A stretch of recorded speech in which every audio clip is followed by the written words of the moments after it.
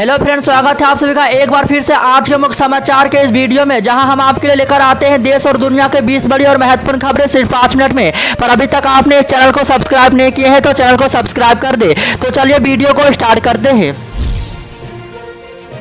Congress party से इस्तीफा देने के एक दिन बाद पाटीदार अनामत आंदोलन समिति के नेता हार्दिक पटेल ने पुरानी पार्टी की आलोचना की और इसे जातिवाद बताया। गुरुवार को यहां प्रेस कॉन्फ्रेंस में बोलते हुए हार्दिक पटेल ने कहा कि कांग्रेस उसके नेताओं पर कई आरोप लगाए। पार्टी को जातिवाद बताते हुए उन्होंने कहा कि गुजरात के विकास के लिए उसके पास कभी कोई विजन नहीं है। इसके विपरीत पार्टी के नेता नकारात्मक से भरे हुए हैं। जी हाँ दोस्तों, बता दें कि हार्दिक पटेल ने कहा कि कोई उद्योगपति अपनी मेहनत से बना है। अगर कोई उद्योगपति मेहनत करता है तो हम उस पर ये लांछन नहीं लगा सकते कि सरकार उसको मदद कर रही है। उन्होंने आगे कहा कि कांग्रेस पर मुझे जो भरोसा था उस पर ना वो खरा उतरे, ना मैं खरा उतर पाया, ना मुझे काम करने का मौका मिला, ना उन्होंने कभी मुझे काम दिया। हमने काम मांगा तभी तो उसको समस्या आ गई। अगर पद मांगा होता तो शायद दे देते।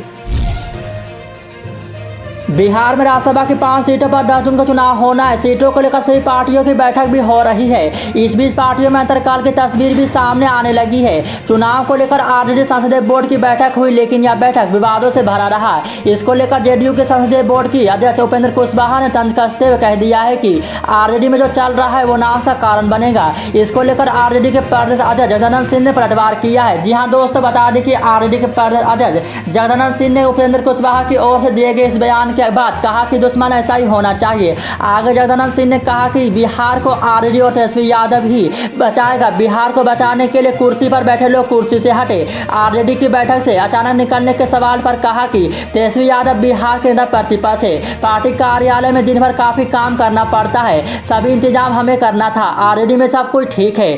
आरजेडी पूरी तरह से एकजुट है। महाराष्ट्र में विधवा प्रथा बंद हो जाएगी। महिलाओं के जीवन स्तर को सुधारने के लिए कदम उठाया गया है। महाराष्ट्र में अब विधवा की चूड़ी तोड़ने, सिंदूर पोंछने और मंगलसूत्र निकालने की प्रथा को खत्म करने का निर्णय लिया गया है।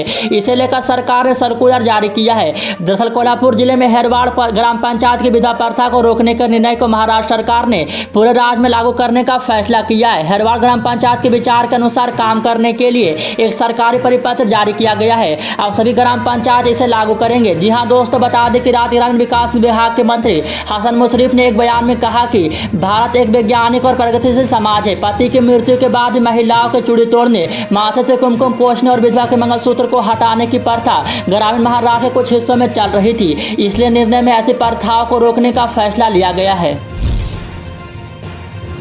स्कूल सर्विस कमीशन नियुक्ति घोटाले में पश्चिम बंगाल की ममता बनर्जी सरकार के मंत्रियों के नाम आने के बाद राज्य में सियासी घमासान एक बार फिर शुरू हो गया है। मुख्यमंत्री ममता बनर्जी ने एसएससी नियुक्ति घोटाले पर मचे बवाल को लेकर पूर्व की सरकार पर हमला किया है। ममता बनर्जी ने कहा कि लेफ्ट के शासनकाल में सरकारी नौकरियों में नियुक्ति की प्रक्रिया के समय काफी गड़बड़ी होती थी। हम उनके शासनकाल के दौरान बरती गई सभी अनियमितताओं को जल्द उजागर करेंगे। सीएम ममता बनर्जी ने इस मामले को लेकर केंद्र की बीजेपी सरकार को भी आड़े हाथों लिया। उन्होंने बीजेपी पर निशाना साधते हुए कहा कि इस मामले में कानून अपना काम करेगा, लेकिन बीजेपी केंद्रीय एजेंसियों का गलत इस्तेमाल कर रही है।